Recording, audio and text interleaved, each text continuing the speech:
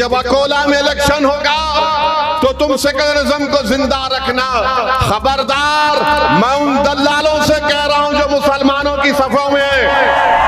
मोदी अगर जीतता है तो मुसलमानों की वजह से नहीं, मोदी अगर जीतता है तो उसने अपने आप को एक बड़ा लीडर बना दिया, हिंदू हृदय सम्राट कहकर। तुम अगर ये समझते हो कि असदुद्दीन ओवैसी और इम्तियाज जलील है, नहीं। भारत की पार्लियामेंट में, महाराष्ट्र की विधानसभा में एक असदुद्दीन और इम्तियाज जलील नहीं, बल्कि ऐसे 50-60 इम्तियाज जलील महाराष्ट्र और पार्लियामेंट में होना चाहिए। किसी कौम के लिए 20 साल, 30 साल, 40 साल बहुत हो गया। तुम कब तक भेड़ बकरियों की तरह चलोगे? क्या तुम में एतमाद नहीं है? हमेशा नुकसान हमको मुसलमानों से पहुंचा। टीपू सुल्तान को शहीद करने वाले, गद्दारी करने वाले कौन? मुसलमान। सिराजुद्दौला को धोखा देने वाले कौन? मुसलमान। करबला के मैदान में इमाम हुसैन को शहीद करने वाले कौन? मुसलमान। हमने बाबरी मस्जिद जिंदाबाद का नारा लगाया, अमित शाह के सामने नारा लगाया, बाबरी मस्जिद जिंदा है और रहेगी इंशाअल्लाह ताला। मैं आरएसएस के लोगों को बोलना चाह रहा हूं, आखिर तुम ये झूठ कब तक बोलोगे कि छत्रपति शिवाजी मुसलमानों का दुश्मन था? रहमतुल्लाहि व बरकातहू। मजलिस इत्तेहादुल मुस्लिमीन महाराष्ट्र के सदर मोहतरम जनाब इम्तियाज जलील साहब और रुकने पार्लिमान औरंगाबाद मोहतरम जनाब डॉक्टर गफ्फार कादरी साहब, वर्किंग प्रेसिडेंट महाराष्ट्र, अकोला, अमरावती और विदर्भा के मजलिस इत्तेहादुल मुस्लिमीन के सदर मोतमदीन अराकीन, शहनशीन तशरीफ फरमा मजलिस इत्तेहादुल मुस्लिमीन के मेरे तमाम रुफ़ा, मेरे अजीज दोस्तों और बुजुर्गों, क्योंकि सिर्फ आधे घंटे का वक्त है, मैं ये चाहूँगा कि आप मेरी बात को सुने, समझें और यहाँ से आप एक पैगाम और फिक्र लेकर उठें, ताकि आप तमाम लोग महाराष्ट्र में मजलिस इत्तेहादुल मुस्लिमीन को मजबूत करें। अजीज़ान मिल्लत, बुजुर्गान कौम और मिल्लत, मेरे गयूर नौजवान साथियों, मैं आपके सामने ये बताने आया हूँ कि आज हमारे वतन अजीज़ के जो हालात हैं वो बड़े ही नाजुक तरीन हालात से हमारा मुल्क गुजर रहा है। और मैंने पहले ही कहा था आप तमाम से कि एक अंधेरी रात है और ये रात बड़ी लंबी रहने वाली है। हम हमेशा इस बात को कह रहे थे कि भारत की सबसे बड़ी अक़लियत मुसलमान और दलित को मिलकर इस अंधेरी रात का खात्मा करना ज़रूरी है। मगर अफसोस इस बात का है कि असदुद्दीन ओवैसी के जलसों में लोग हज़ारों की तादाद में आते ज़रूर हैं, मगर जब अमल करने का वक्त आता है आप लोग पसोपेश का शिकार हो जाते हैं। मेरे अजीज़ दोस्तों, बुजुर्गों, मैं आपके सामने खुलकर कह रहा हूँ, मैं आपको बता रहा हूँ, मेरी इस बात को आप ज़हन नशीन कर लीजिए कि आज भारत में मैंने जो बात पार्लियामेंट में कही थी वो आज आपके सामने कहना चाहता हूँ कि आज भारत में जो 17 करोड़ मुसलमान हैं, ये तमाम के तमाम जो मैंने पार्लियामेंट में कहा था कि आज भारत में जो मुसलमान हैं वो अपने आप को हिटलर के ज़माने में जो यहूदी अपने आप को महसूस करते थे उसी तरह आज अपने आप को महसूस कर रहे हैं। मेरे अजीज़ दोस्तों और बुजुर्गों, मैंने अपनी पार्लियामेंट की तकरीर में जो कहा वो आपके सामने दोबारा अर्ज कर रहा हूँ कि ख्वाजा अजमेरी रहमतुल्लाह अलैह के आस्थाने पर चादर बिछाने का काम तो नरेंद्र मोदी करते हैं, बहुत अच्छा है, मगर ये कौन सी मोहब्बत है ख्वाजा अजमेरी से कि आप मसाजिद को हमसे छीनना चाहती हैं। ये कौन सी मोहब्बत है कि आप दरगाह पर चादर तो बिछाएंगे मगर आप हमारे बच्चियों के सर से हिजाब को छीन लेंगे। ये कौन सी मोहब्बत है कि बिल्किस बानो को की असमत रेजी करने वालों को आप छोड़ देंगे। ये कौन सी मोहब्बत है कि आज मसाजिद को हमसे छीनने की पूरी कोशिश की जा रही है। दिल्ली दारुल हुकूमत है भारत का, वहां पर 500 साल की एक मस्जिद को बगैर किसी नोटिस के कानूनी कार्रवाई को साथ नहीं देकर उस मस्जिद को शहीद कर दिया गया।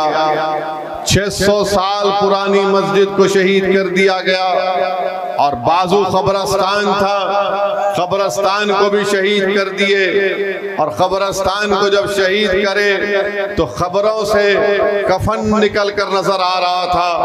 हम पूछना चाहते हैं ये क्या करना चाहती है बीजेपी इस मुल्क में। मेरे अजीज दोस्तों और बुजुर्गों, ना सिर्फ ये बल्कि अगर आप देखेंगे जब से इस मुल्क के वजीर आजम नरेंद्र मोदी बने उन्हीं की हुकूमत का डेटा ये बताता है आदादोशुमार कि हायर एजुकेशन में 1,80,000 मुसलमान नहीं है। आला तालीम हायर एजुकेशन से मुसलमान 1,80,000 अपने आप को निकाल चुका है। आखिर इसकी वजह क्या है?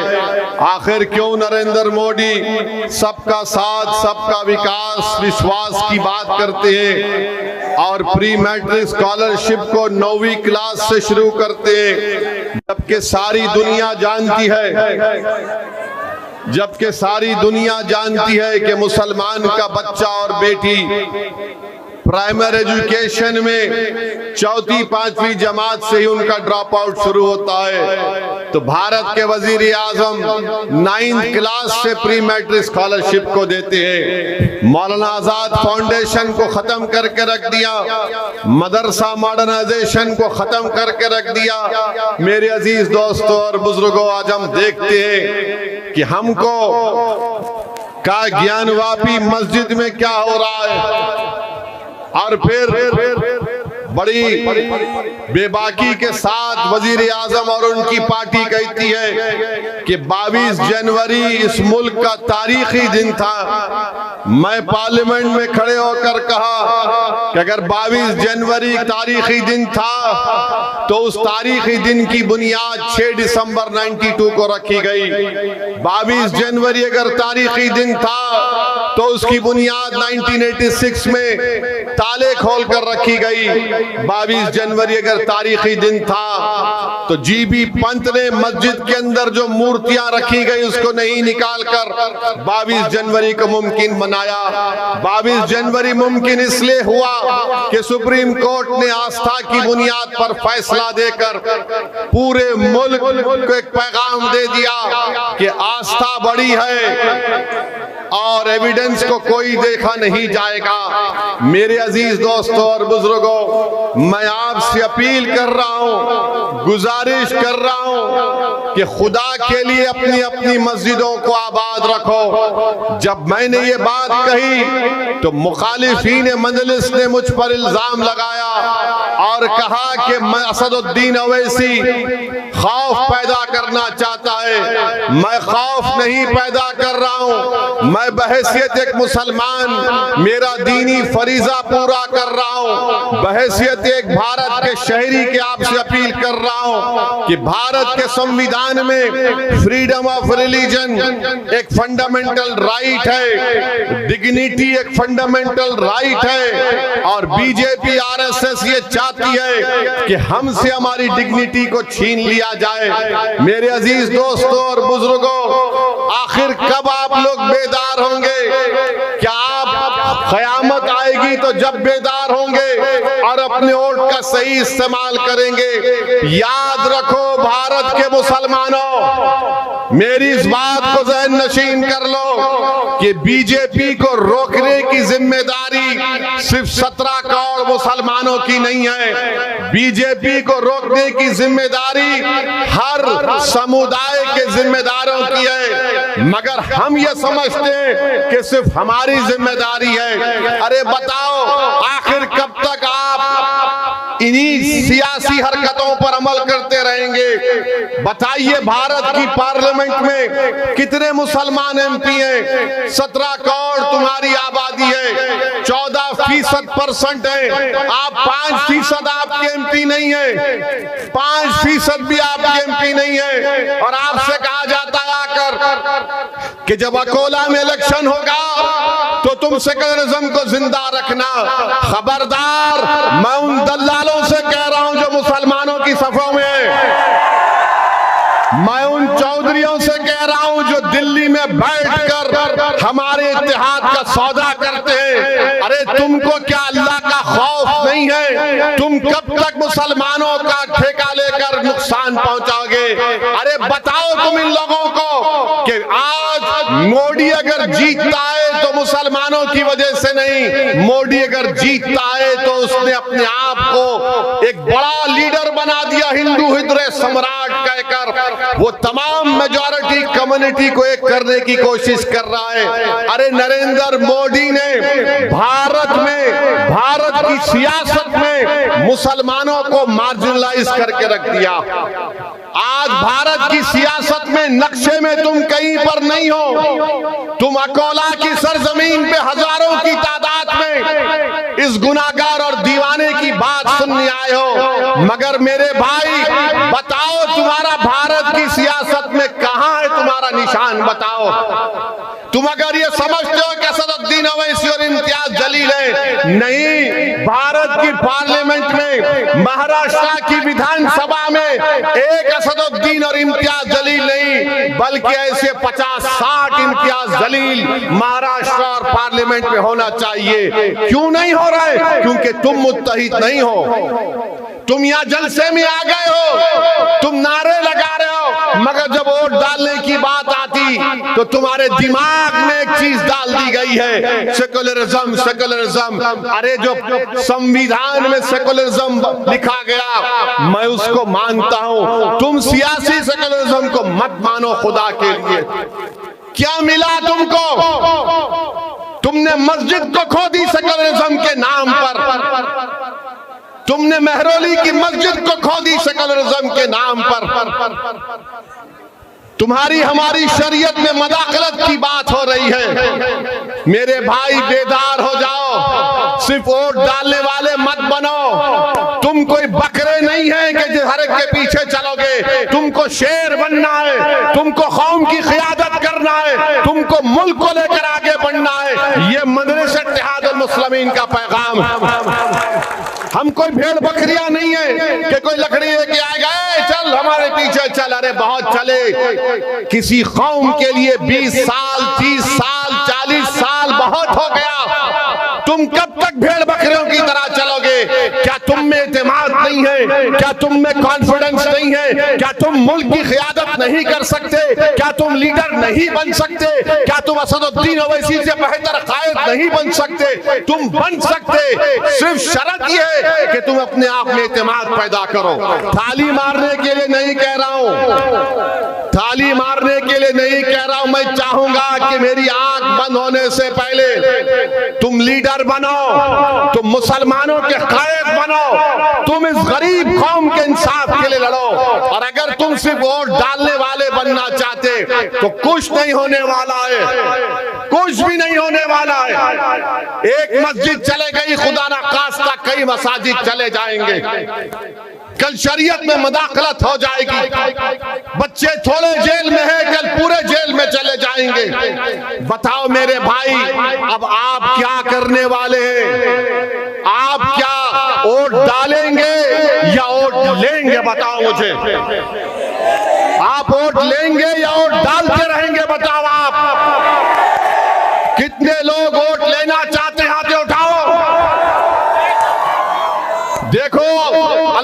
गवाह रखकर हाथ उठाना। दोबारा पूछ रहा हूं, वोट लेने वाले बनोगे? ये डाइस पे बैठने वाले हाथ उठा रहे नहीं उठा रहे?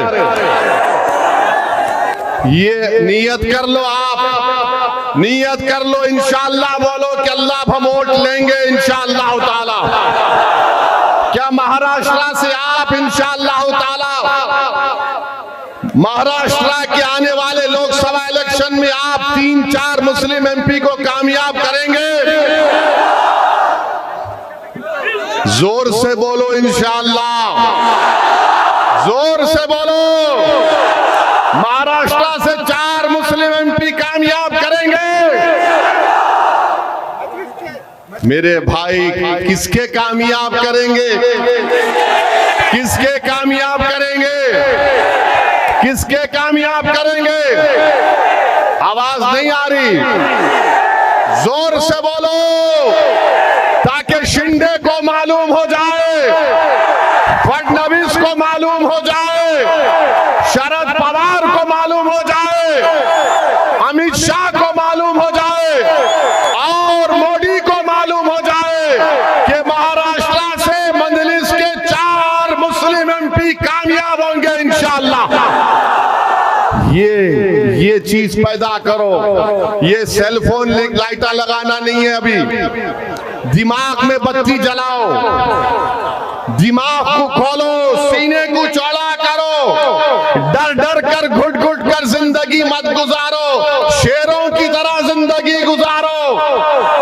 ये जिंदगी चंद दिनों की है, गुलामी करने के लिए नहीं है। क्या तुम नहीं देख रहे मेरे भाई कि अशोक राव जो मुझे गाली देते थे, उनके चमचे जो मुझे गाली देते थे, आज मोदी के पैरों के पास बैठकर गपागप चाय पी रहे हैं। कल तक बी टीम बोलने वाले आज खुद मोदी के पास जाकर राज्यसभा की मेंबरशिप अशोक राव ले रहे हैं। मैं पूछना चाहता हूं, जो मुझ पर इल्जाम लगाते थे बी टीम का, अरे असली टीम तो तुम हो आरएसएस की, क्योंकि मैं सच्चाई को बयान कर रहा था तो तुमने मुझ पर इल्जाम लगाया। अब जिसको कहा गया कि इंदिरा गांधी का तीसरा बेटा, ये मैं नहीं कह रहा, उनका लीडर बोला, वो भी मुझे गाली देता था। अब सुना है कि वो भी जाने वाले हैं बीजेपी में। आप बताओ फिर कौन बी टीम है? कौन बी टीम है मेरे भाई? अजीत पवार के चमचे हम पर उंगलियां उठाते थे, असदुद्दीन ओवैसी आएगा तो फुला कर देगा। मैं बोलता था याद रखो, अल्लाह इनके चेहरों को दिखाएगा। अब अजीत पवार किधर बैठे हैं? अजीत पवार उधर बैठ गए जाकर, और अजीत पवार बोल रहे कि मैं अपनी घरवाली को अपनी बहन के खिलाफ लड़ाऊंगा। अब आप बताओ ये क्या मामला हो रहा है महाराष्ट्र में? मेरे भाई, कांग्रेस के कई लोग बीजेपी में भाग रहे हैं। एक उनका बंबई का लीडर, है, बड़ा नमूना है। उसको खाली इफ्तार की दावत याद आती, उसके आगे पीछे कुछ भी नहीं। हैदराबाद को आया तो हैदराबाद में आकर बोलता था तेलंगाना के इलेक्शन में असदुद्दीन ओवैसी के हल्के में जलसा कराओ, मैं आऊंगा। मजलिस के खिलाफ करो, मजलिस को रोको। अरे बेशरम, 1.5 महीने में तू चला गया बीजेपी के साथ। कहां गया तुम्हारा वो ईमान और खीरत की बातें करने वाले? वो चले गए। अब वहां पर बैठकर हमको, यहां थे पुरानी पार्टी में असदुद्दीन ओवैसी, इम्तियाज जलील बी टीम। मेरे भाई याद रखो, हमेशा नुकसान हमको मुसलमानों से पहुंचा। टीपू सुल्तान को शहीद करने वाले, गद्दारी करने वाले कौन? मुसलमान। सिराजुद्दौला को धोखा देने वाले कौन? मुसलमान। करबला के मैदान में इमाम हुसैन को शहीद करने वाले कौन? मुसलमान। करबला के मैदान में आले रसूल पर पानी पानी बंद करने वाले कौन? मुसलमान। इमाम हुसैन के साथ नमाज साथ पढ़ते और नमाज के बाद तलवार उठाते। मेरे भाई याद रखो, अपने सफों में जो मुनाफिकीन छुपे हुए उनको पहचानो। आपके और हमारे सफों में जो मोदी, अमित शाह और ये तमाम पार्टियों के लोग छुपे हुए नास्तीन के सांप को पहचानो। इनको तुम पहचान लो, कामयाबी तुम्हारे कदम को चूम लेगी। तुम पहचानो तुम्हारी सफाओं में कौन तुम्हारा दोस्त है, कौन तुम्हारा दुश्मन है। पार्लियामेंट में हमने एक मुस्लिम एमपी हैं, किसी और पार्टी के नाम नहीं लूंगा, पार्लियामेंट में बहस हो रही थी, मुझे फोन किए ओवैसी साहब आज आप पार्लियामेंट जा रहे। मैंने कहा जाऊंगा, आखिरी दिन है। बोले वो डिबेट हो रही उसके ऊपर, मैं आपकी तकरीर सुनूंगा। मैं आप भी आओ, आकर बैठो। बोले नहीं हमारी पार्टी बोली नहीं जाना। और जब मैंने पार्लियामेंट में ये जितने कांग्रेस के, राष्ट्रवादी के, ये जितने सेकुलर लोग हैं, इनसे एक ही सवाल करना आइंदा जब आएंगे आपके पास, इनसे एक ही बात पूछो, क्या तुम अपनी जबान से बाबरी मस्जिद बोल सकते? नहीं बोल सकते? पूछो इन लोगों से, पूछो इन लोगों से। हम जब पार्लियामेंट में खड़े होकर बोले हमारा ईमान क्या है मुसलमानों का, एक जगह जिस जगह मस्जिद बन गई, मस्जिद है, रहेगी,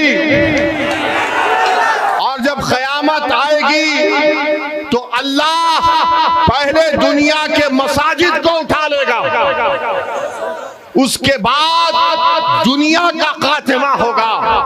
कैसे खात्मा होगा? मसाजिद उठाई जाएंगी, आसमान को चादर की तरह अल्लाह पलट देगा, समंदरों से आग निकलेगी, 6 महीने का बच्चा, उसके सर के बाल सफेद हो जाएंगे। ये क़यामत के आसारात हैं। आपसे कह रहा हूं, हमने बाबरी मस्जिद जिंदाबाद का नारा लगाया, अमित शाह के सामने नारा लगाया, बाबरी मस्जिद जिंदा है और रहेगी इंशाअल्लाह ताला। ये नहीं बोल सकेंगे। अब ये बात क्या बोलेंगे सेकुलर पार्टी गठबंधन के लोग, महाविकास के, ये भड़काऊ भाषण देता है। अरे भड़काऊ भाषण नहीं दे रहा हूं। क्या तुम्हारे दिलों में जो जज्बात छुपे हुए मैं उसको बयान कर रहा हूं या नहीं कर रहा हूं? बताओ मुझे। क्या तुम्हारे दिलों में बाबरी मस्जिद है या नहीं है? बताओ मुझे। तुम्हारे दिलों में तकलीफ है नहीं है बाबरी मस्जिद की? बताओ मुझे। अगर है तो नारा लगाओ मेरे साथ, नारे तकबीर। अब कल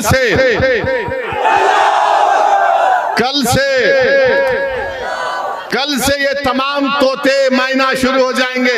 ओवैसी ऐसा नहीं बोलना था, ये क्या बोल रहा, ये क्या जरूरत थी? हो गया ना, ये सब खत्म करो, भूल जाओ, आगे बढ़ो। अरे तू अपने बाप को, अपनी अम्मा को नहीं भूल सकता तो मैं अपनी मस्जिद को भूलूंगा? भूल जाना है, खत्म कर। क्या कितना 30 साल हो गया? अरे 30 साल नहीं। यहूदी क्या करते? हिटलर ने 6 मिलियन 60 लाख यहूदियों को कत्ल किया। कब किया? 1930 में। हम 2024 में आ गए। हर साल यहूदी जू हॉलोकॉस्ट को याद रखते हैं, तो भारत के मुसलमानों को भी 6 दिसंबर को याद रखना पड़ेगा। अगर तुम 6 दिसंबर को भूल जाओगे, नौजवानों तुम नहीं देखे हम देखे, अगर तुम 6 दिसंबर को भूल जाओगे तो खुदा ना खास्ता तुम्हारी जिंदगी में फिर 6 दिसंबर ना हो जाए। खुदा ना खास्ता तुम्हारी जिंदगियों में फिर 6 दिसंबर ना हो जाए। मेरे अजीज दोस्तों और बुजुर्गों, अब आप देख रहे महाराष्ट्र में कोई सेकुलर नहीं रहा, कोई सेकुलर नहीं रहा।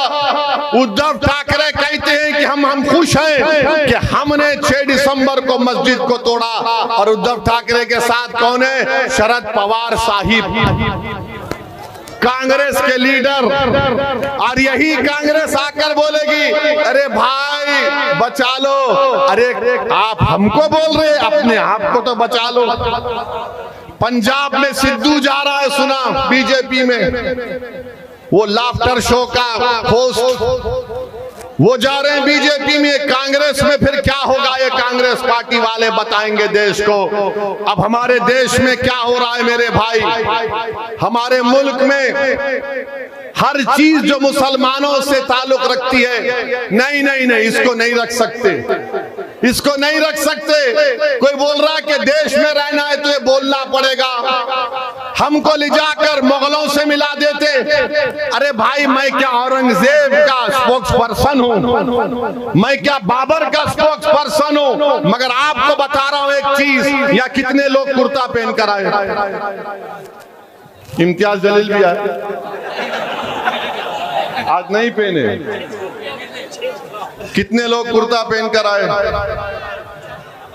मोदी भी कुर्ता पहनते ना, उद्धव ठाकरे भी कुर्ता पहनते ना, इम्तियाज भी बड़ा खूबसूरत दिखता कुर्ता पहन के। ये कुर्ता कहां से आया? ये कुर्ता कहां से आया? ये कुर्ता कहां से आया मालूम तुम्हारे को? अरे वो बाबर दिया जी कुर्ता। ये प्याज खाते आप लोग? प्याज कहां से आई? प्याज कहां से आई? औरंगजेब दिया जी है। हमारी बहनें लहंगा चोली पहनते ना, कहां से आया वो? नूरजहां से आया। अब आप बताइए, नहीं देश में रहना है तो ये करना पड़े। कुर्ता क्यों पहन रहे भाई? तुम कुर्ता मत पहनो, कुर्ता पहनेंगे और फिर हमको गाली देंगे। हमको मुगलों से कुछ लेना देना नहीं है। अच्छा, बार बार बोलते उन्होंने मस्जिद तो मंदिर तोड़े। अरे भाई, मंदिर कौन तोड़े आपको मालूम? मंदिर तोड़ने वालों का नाम आपको बताता हूं। एक जम्मू कश्मीर का बादशाह था, राजा हर्ष। क्या नाम था उसका? याद रखो, राजा हर्ष के पास एक फौज थी, उसका काम सिर्फ इतना था कि मंदिरों को तोड़ना। ये बोलते ना ये मुसलमान भारत के नहीं है, तो कनिष्क क्या भारत का था? कनिष्क का था? बताओ आरएसएस वालों। पार्लियामेंट में बीजेपी के एमपी उठ गए, बोले बाबर के बारे में बोलो। मैं बोला पुष्पमित्रा संघा के बारे में बोलो, पुष्पमित्रा संघा के बारे में बोलो। इसीलिए बोलता हूं, पढ़ो मुसलमानों, खूब पढ़ो, नेक बनो, काबिल बनो, वकील बनो, हिस्ट्री पढ़ो, संविधान पढ़ो, ताकतवर बनो। तुमको कौम की क़ियादत करना है। तुम लीडर बनोगे या गीडर बनोगे? बताओ मेरे को, तुम लीडर बनोगे या गीडर बनोगे? तो लीडर बनने के लिए पढ़ना पड़ेगा, तुमको ताकतवर बनना पड़ेगा, मस्जिदों को आबाद करना पड़ेगा। अगर तुम सिर्फ सिगरेट मार के, पान खा के, गुटखा खा के, चुट्टा मारे तो लीडर नहीं बनते, तुम गीडर बनोगे। तुमको अगर कौम की क़ियादत करना है तो अपने दिलों में अल्लाह का खौफ पैदा करो। मेरे अजीज दोस्तों और बुजुर्गों, वक्त बहुत कम है। हम आपसे सिर्फ यही अपील करने आए हैं कि अब की बार पार्लियामेंट के इलेक्शन में आपकी जिम्मेदारी है कि आप हैदराबाद, किशनगंज, औरंगाबाद और तमाम जहां से मजलिस के उम्मीदवार हैं, आप वहां से मजलिस को वोट देंगे। याद रखो, दलित, मुसलमान, आदिवासियों के लिए जब तक आप अपनी लीडरशिप को नहीं बनाएंगे, आप कामयाब नहीं हो सकते। आज आपसे मैं कह रहा हूं, जहां तक मेरी बात जारी, इम्तियाज जलील को मेरे साथ लोकसभा भिजाएंगे नहीं भिजाएंगे? बताओ, मुझे अकेला मत भिजाओ मेरे भाई, मेरे साथ मेरे साथी को भिजाओ। औरंगाबाद की आवाम को लाखों सलाम। आज आप सुनो, अभी खत्म नहीं हुआ, अभी 4 मिनट है, कहीं को उठ रहे, बैठो ना। मैं इतनी दूर से आया तुम्हारे वास्ते। मराठा रिजर्वेशन यकीनन मराठाओं को दो, मगर मुसलमान क्या गुनाह करे? मुसलमानों में जो बैकवर्ड क्लास है दो। मैं हमारे मराठा भाइयों को मुबारकबाद देता हूं कि कल शिवाजी, छत्रपति शिवाजी की जयंती है। मैं आरएसएस के लोगों को बोलना चाह रहा हूं, आखिर तुम ये झूठ कब तक बोलोगे कि छत्रपति शिवाजी मुसलमानों का दुश्मन था? छत्रपति शिवाजी के पास 13 मुसलमान जनरल थे, उनका लॉ मिनिस्टर मुसलमान था, तोप का मिनिस्टर मुसलमान था। शिवाजी एक सूफी के पास बराबर जाते थे, तो शिवाजी मुगलों के खिलाफ था, छत्रपति शिवाजी इस्लाम के खिलाफ नहीं था। छत्रपति शिवाजी इस्लाम के खिलाफ नहीं थे, वो तो गरीब और मजलूमों का एक बहुत बड़ा बादशाह था। मेरे अजीज दोस्तों और बुजुर्गों, ये आरएसएस की कोशिश है कि शिवाजी मुसलमानों के खिलाफ था। अरे 13 लोग आगरा से शिवाजी भागे, मुसलमान उनके साथ। अफजल खां को जब शिवाजी ने कत्ल किया, मुसलमान उनका बॉडीगार्ड था। बहरहाल मेरे अजीज दोस्तों और बुजुर्गों, आने वाले पार्लियामेंट इलेक्शन में मुत्तहदा तौर पर अपने वोट का इस्तेमाल करिए, मुल्क को बचाइए।